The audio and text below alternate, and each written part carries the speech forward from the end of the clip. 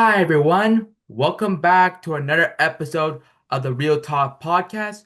My name is Vignesh, and I'm here with our special guest, Saruba, who is the supervisor of the Goodness Gift program at SAC Autism Center in Scarborough. Welcome, Saruba. Hi, Vignesh. It's nice to see you again. Thanks for joining us today, Saruba. I'm really looking forward to our conversation about your work with the Goodness Gift program. Before we get into our discussion, can you please share a bit about yourself and your work at SAC? Sure. So my name is Suruba. I work at the SAC Autism Center. So the SAC Autism Center is located in Scarborough, and we provide services for adults, kids, caregivers, all who have someone, a loved one who's diagnosed with autism. I actually started working, before I started working at SAC, I was a volunteer here. So around 2019, I started volunteering. We had an evening program at the time, so I got to help with some of the fitness and the art programs. And then in 2021, when Goodness Gift was sort of expanding, which is our employment program, I was hired as a job coach, and I've kind of been working here since. Kind of like me, I can connect with you, Saruba, because Hmm. I used to go to SAC many years ago when I was like a kid. My mom took me there to help with my speech therapy, behavior therapy, everything to help me like learn how to control my temper, my mood, but also help me learn how to read and write. And it did help me to like be a successful person where I am today. But I also did some volunteering when I was like around 13 to 14. I want to like help out like a lot of kids out to like help them with their behavior problems, but also learn how to control them and become one with them. Awesome. Thank you for that great introduction. I hope our listeners are just excited as I am to hear more about your work. So, to start off today, can you tell us about the Goodness Gift program, how it all started, and what the program looks like today? So Goodness Gift started around 2019. So SAC has an adult day program called Living and Learning, and we were finding that people were ready to graduate that program but weren't finding employment opportunities. So during, I think, 2019, the holiday season, at SAC, within our families, within our volunteers and our social networks, we started creating gift baskets. So we were able to provide employment for some of the L&L clients Yeah? to make these gift baskets that we sold within our community. And it was very small at first. I think our goal was to sell like 600 or sorry, 60 or 100 baskets. And we kept doing that for a couple holidays. And then in 2021, we were lucky to have some funding, which helped us expand our program. So we, for the first time in 2021, and this is when I joined the team, we put out a job description for a fulfillment associate at Goodness Gift, and we were able to have people who weren't a part of SAC interview for the role. And we hire people with autism and other neurodiverse needs. And at Goodness Gift, we're a non-disclosure um, basis, which means that people don't have to tell us exactly what their diagnoses are unless they choose to. And our focus is more on what accommodations and what can we do at work to make you feel as independent and comfortable as possible. And that's sort of where we start. So in 2019, when we started, we were in the SAC Center gym. And Vignesh, I know you're familiar with the gym. It's quite a Yeah. big space, but when you fill it with boxes and products, it gets very crowded. And we were trying to fit, I think, six associates, a couple job coaches, and our supervisor, and it was really crammed up. We were lucky that with our expanding, we moved to a different unit on the same location. And then last year we moved to what's now our home, unit 45 and 46 on Progress, which is now, I think it's around 4,000 square feet. So we have a whole warehouse space. We make the gift baskets, but we also make candles in-house. I actually have one here. So the candles that you see on our website now, the outside vessel we make, and then we pour the wax here too. So that's something we're able to provide employment doing. And because of that, we have like now a candle making station, a vessel making station, and it's a bigger production space now, and we're able to hire year round. I think since March of 2024, so last year up until the upcoming March, there would have been 75 people who got to work at Goodness Gift for 20 weeks, which is really cool. It's almost 26,000 hours of paid employment since we started. 75,000? That's a huge number. 26,000, yeah, 26,000. That's hours. like out of the world. I never seen that number like it grew. So I get your story and I understand like you guys started with the living adult day program that Hmm. evolved like over time. Like you guys like took the next level by creating gift goodness holiday gift baskets, Yeah, but improved over time. Like try to like take those tiny baby steps to like make something like that's unique and can promote diversity. exactly. It was a new space and it was focused on employment, Right. which is awesome. Thanks for sharing. It is amazing to see how the program has evolved over the years, supporting job seekers with disability. As you have mentioned, Goodness Could began with holiday gift baskets and has grown to offering more programming. Can you please tell us more about the kind of opportunities that participants get through Goodness Gift and how you help them to build job skills and confidence? Hmm. So there's three kind of things we sell at Goodness Gift. We have gift baskets or gift boxes, candles, and then we also have a lot of products that have artwork on it. So what we do for those products is we connect with the SAC Art program so that artists who are on the autism spectrum can have their artwork on our products and their name attached to it. And all these things are added to different gift boxes that we sell for corporate gifting as well as on our online website. So for that, we hire people under the role called Fulfillment Associate, which involves helping make candles, helping package gift boxes. We have a lot of inventory, so keeping track of the inventory, and even doing fun things like social media marketing, helping with different fun videos we do, and even helping with different vendor events that we have. So, like our holiday market, Goodness Gift has a booth. Associates help with that booth, and they help do any payments needed and help let customers know what products we have. So there's a lot we do within that role, and we try to pick the tasks based on what someone's interest might be or what areas they might want to work on. So if someone wants to work on gaining customer skills experience because their future job that they want is with customers, we'll try to have more opportunities for them to do that. Um, at Goodness Gift, we have around 3 to 6 job coaches. So day-to-day shifts happen with the job coaches letting people know what tasks they're working on and how to do certain things. Uh, and then when everyone starts, they get to learn how to do the candle making, how to make the boxes, and different things like that. So you partnership with the Art of Us, like the art club at SAC, to like work together with the Goodness Gift, like the boxes, like put the art Yeah. piece of their artwork and put it into the Goodness Gift box, so that way they could be ready for the holiday gift market. Yeah, so we have our art products. We also, I forgot to mention, we have products from other companies. So our gift boxes sometimes have food items, and different, like maybe cups or skincare products and things like that. For those, we connect with other businesses and we try to pick ones that are also small businesses or local to Canada or have a meaningful impact. So that when someone buys that gift box from us, they're also supporting an organization that has another impact. So it's almost double the support that it creates. Like working together as a team. Exactly. Thank you. It was great to hear more about your program offerings. You also mentioned that you support people as they move into new jobs. What does that support look like and why is it important?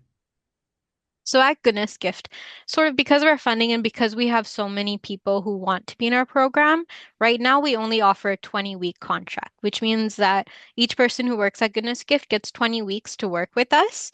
And after that, we still stay connected about employment opportunities, any job fairs, and any support related to applying for jobs and resumes, but we don't have the hours they work because we have new people who join the team. So with that, we want to make sure that as people are gaining skills at Goodness Gift, they find employment afterwards. So it's not just stopping that employment and going back to whatever they were doing before. So what we've been doing is we've been connecting with other employers and um, while working with them, we find sometimes they have a job description that we're able to share and figure out which associates will be best for. And then we're able to help with that interview process. A lot of the times for different employers, the interview process can be the biggest barrier for someone with autism. It could be because it's an online portal that's difficult to navigate, or it doesn't really showcase what accommodations are there and only says accommodations available on request, which can be difficult to figure out how to navigate. So by connecting directly with employers, we're also able to say that these are the candidates who have worked with us, and we know they'll be great for this role, and we can help you transition them into your workplace so that you're comfortable and you're able to help them continue long term with you. And that's where the job coaches play such a big role because the job coaches have worked with the associates at Goodness Gift and know what skills and what different accommodations help them at work. So they're helping the associate advocate for themselves when they go to other workplaces as well. And this can vary from person to person. Some people are really good at going into a job all by themselves and able to transition in without needing their job coach to help. Some people might do a check-in here and there with a job coach. And if it's a really new job with new protocols and new processes, maybe the job coach will stay a little longer just to make sure they're fully confident before they fade out. But they're always available for the employer and the employee to connect with if they need any support in finding out how to support each other. That makes sense. And I can connect with you, Suru, because in my program, the CIC program, I have field placement. I have a field placement manager. Like she helps all the CIC students find field placement, but also connect with like different organizations in Durham College to figure out which person matches their description based on their interest and what they like and what they want to do and develop the skills. But they Mhm. also like help support training like with people who have disabilities. They offer accommodation and support and also supports the person who has a disability to fight for what's right. If there's like an issue that's going on, the manager helps the person who has a disability to help him because Yeah. it's a way to like learn, but also it's their right. Thanks for sharing. I believe that it is so important to offer direct support to people to help navigate the job search process, and Goodness Gift does this very well. It is clear that the program has a lot of wins over the years, but I'm sure like any business has come with its fair shares of ups and downs.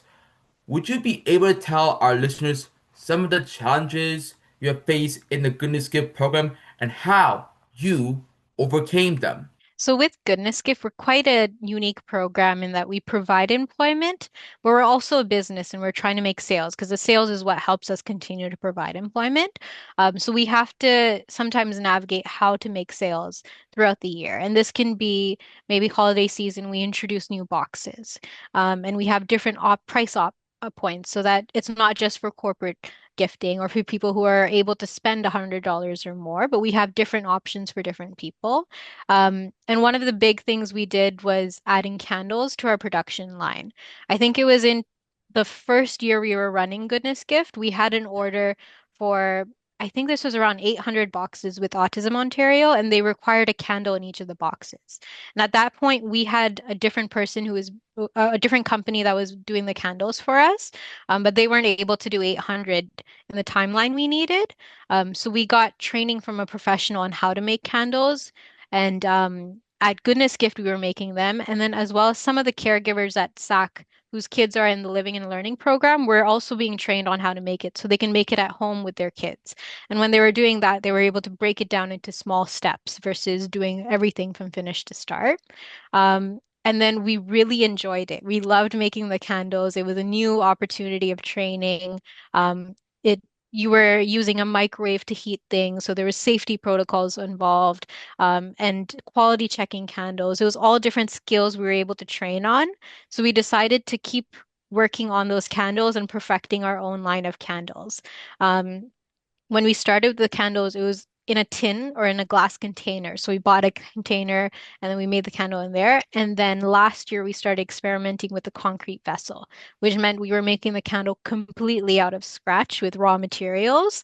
And that really helped provide more paid employment because people were learning how to make the vessels and then how to make pour it into a candle and keeping track of the different scents.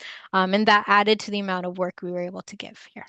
That makes sense. So that was the problem. The candles were like not inside those 8,000 boxes. So you guys improved on that by trying like making candles properly, Yeah. make sure it's like follow the instructions, then put the candle in each of the 8,000 boxes hmm to Yeah. prevent Instead of just gift boxes, we were focused on also making candles and other different products in-house. that makes sense. But so far it solved the problem, right? It helped us provide more employment, but we're still always trying to increase our sales because the more sales we make, that means we're able to hire people more for long term, or more associates are able to get work here at Goodness Gift. So then we're just actively working on sales. We have like experience nights we also offer now. So if a company wants to invite their team to come over to Goodness Gift and learn how to make a candle, that's also an opportunity. And that might be something that someone's interested in more than a gift box. So we're hoping those things over time build interest, and we're able to keep running those things, and we're able to keep employing people at the same time. That is amazing. Thank you for telling us some of the challenges you have faced, but also inspiring us with details of how you navigate them. Now, going back to your work in the program, I know in addition to supporting individuals by preparing them for employment, you also work closely with employers to prepare them to hire people with disability. So, my next question for you is, why is it important that employers hire people with disabilities? I think it's really important for employers to hire people with disabilities because they're so talented. There's so many people who are very talented, but usually it's the interview process or navigating a job interview where it might focus more on social skills when it should be focused on job-related talents, and technical skills. So if employers are willing to learn how to navigate those hurdles in the interview process, they're going to be able to get staff members who are really talented and really hardworking that they might have otherwise missed out on. Another thing is accommodations are not just for people with disabilities. Everyone can benefit from accommodations. So working to create inclusive workplaces isn't going to just help with hiring one person. It can help with everyone on their team. And a lot of employers might just be hesitant or not know where to start or might not know what autism looks like, and or might just have a very like specific vision of what autism is, and that might not be true. So we're hoping that with Goodness Gift, we know what it is. We know how to work with people with neurodiverse needs. So we can help employers gain a better understanding, sort of learn new things and unlearn things that they might have in mind. And that's why connecting with employers helps, because even if they're only able to hire one person, that might open the door for future employees as well. It's a ripple effect. When you hire people with neurodiverse needs, you're also encouraging inclusivity in your workplace, which benefits everyone. That makes sense. It's important, like I think it's fair, like a lot of people have to try to get like accommodations for themselves in the workplace. That way they can learn better. But also they have good talents and stuff that they could try to like use those talents to like help this business like grow its potential. Like setting that like a hmm tree, like if you're growing a tree and watering each day, you see it grow over time, but you see the branches grow like over time and improve better. Because it's not always about the tree growing, it's about how it evolves over the year over Exactly. time. Yeah, that was very well said. Thanks, Ruba. Building on that last question, I'm curious to know, what do you typically tell employers about how they can make their workplaces more inclusive and supportive? I would say usually the biggest hurdle is that interview process. Um, and I've experienced it when you send a job application, you never hear anything back. Or sometimes you send in your resume, but you're also asked to fill out 20 forms on their website, and then you never know where it's going with it. And interviews can be very intimidating, and it might just be 20 minutes, and you can't really showcase what you can do just through words a lot of the times. At Goodness Gift, our interview process, we've adapted, and we provide questions ahead of time. So if it is a scenario question, it's not based on how quickly I can think of something, but I can think of it ahead of time, and I know how to articulate my words when I say things, as well as a practical assessment. So associates or candidates who are looking to become associates do a little assessment on how to fold a box or how to match the items on on a card with what's on the shelf. Practical assessments are such a great way for employers to navigate that hurdle. One example is we worked with 5 and 2, which is a charity kitchen located in our in Scarborough. And what they did instead of an interview, they asked us who the best candidates were, and we gave them a couple people, and they did a 1 hour training. So for 1 hour with their potential future supervisor, they were taught on how to do a specific task and got like 15 minutes to do it.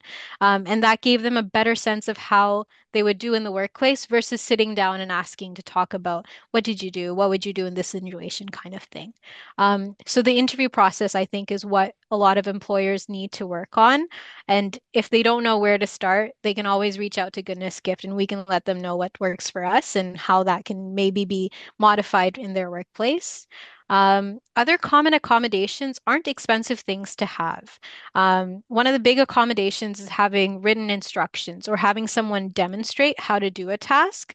And that's not just helpful for someone with autism. It could help anyone. I always benefit from written instructions or when we have meetings, writing down what the next steps are. Otherwise, I forget. As well as like structured routines, which again everyone benefits from, as well as sensory friendly workplaces. So having quiet spaces, being able to step away if it's a larger group, or taking that frequent break just to realign yourself before getting back to work and focusing. Everyone benefits from that. So it's not something big you have to do to change your company usually. It's usually small things that benefit everyone, but will also provide a lot of support for someone who might be neurodivergent. Yeah, for me, like when in my workplace, like at McDonald's, I took the initiative to try to tell them that I have autism. Like they understand I had autism, but also like they also provide accommodations and training progress. They also making the workplace inclusive, but also told me that if you have any problems or concerns, you could talk to the general manager or the Mhm. other manager. They will deal with this issue. That we don't like have to deal with like this mental issue, like this problem happening to you each day. Yeah. But I So understand having like your manager be open to hearing what you had to say or your accommodations, that definitely probably helped you, right? yes, it Yeah. did help And me, that but can, also help me like also try to like speak up for myself and stand up for myself. yeah, self-advocacy is very important. So having employers who are ready and willing to listen plays such a big role in how people feel in their workplace. Thank you. It was great hearing about your awesome work being done at the Goodness Kid to support job seekers with disabilities. Before we end today's episode, I just have one final question for you. What advice would you give to youth with disabilities who are looking for meaningful employment or trying to build their confidence at work? I would say, having worked with so many different people, I think one of the biggest hurdles is confidence, and confidence in self-advocating for yourself. So I think taking that opportunity to learn what accommodations and what kind of supports help you, and being able to share that with future employers can help you feel more confident when you go to a workplace and feel like you can continue in that workplace. And another thing I would say is don't just rely on your work experience. Anything you gain from volunteering, from schools and clubs, even if you help with a local organization or you help out at home, those are different experiences that give you skills you can use in other workplaces. So definitely think and reflect on what you do throughout your life, not just in a workspace specifically. And another thing is that you don't just have to apply for the perfect job or wait for the perfect job. Sometimes a job that might not be something you want to do long term can still give you skills to get you to the job you want to do long term. I can say like my very first job was working at a bakery, and I didn't want to do anything related to baking in my future, but that taught me time management with knowing when to put things in the oven and cleaning up after myself and organization. And that's the experience I talked about when I interviewed to be a job coach. So those are two different jobs that might look completely different, but you're able to take those skills and transfer them into another job. So keeping that in mind, don't focus on the job title, but focus on what you learned from that job. Those are sort of the three main things I would tell someone who is looking for employment. Yeah, for me, like I can relate to Suruba because in my field placement experience, I used to like do I had to work in the hockey arena and also like clean glass windows, scanning people in and giving out the skates towards the people. It taught me a lot about multitasking, but also cleaning the store to make sure it's like nice and clean. Because if people come into the store and see this place, they'll say it's not good. It's a big mess. Someone has to like take the initiative and clean that other stuff. Mhm. Same for my other placement at the flex. A lot of cleaning, a lot of initiative, and dealing with customers. Like you have to have like a lot of confidence and be able to like take the risk, like have confidence in yourself and have faith. That's all that matters. Thanks, Saruba. It's been great having you on the podcast today. I really appreciate you taking the time to share about the Goodness Gift program, and hopefully some of our listeners out there, they'll get connected to your program so they can develop their employment skills. Before we end, do you have any final thoughts for our listeners or information about how they can get connected to Goodness Gift? I would say the best place to go is our website, goodnessgift.com. If you're an employer looking to employ neurodiverse talents, you can reach out to us and we can help navigate that and provide you with candidates who are talented and who have worked at Goodness Gift and have really good experience. And then if you're looking to purchase gifts or you know someone who would benefit from figuring out what Goodness Gift is, that would be very helpful. All the sales we do go straight back to providing paid employment, so it's quite meaningful, and that impact is going to be there. And then if you have any general inquiries, you can always reach out to us at goodnessgift@sac.org and or directly to me at saruba@sac.org. Thank you, Suruba. All right, well, that's it for today's episode, everyone. And thanks for tuning in. And we'll see you next time for another Real Talk. Bye for now.